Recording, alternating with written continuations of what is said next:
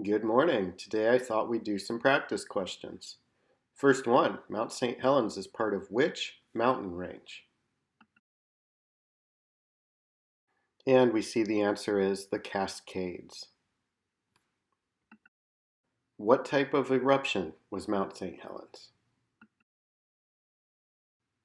The answer is subduction. What is the name of the newest island in Hawaii? It is called Loihi, which means long, and it's forming off the southeast coast of the current Big Island. Number 4, which island is the oldest?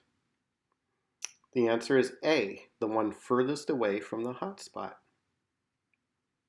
Which direction is the plate moving? The answer is northwest. It's moving away from the hotspot.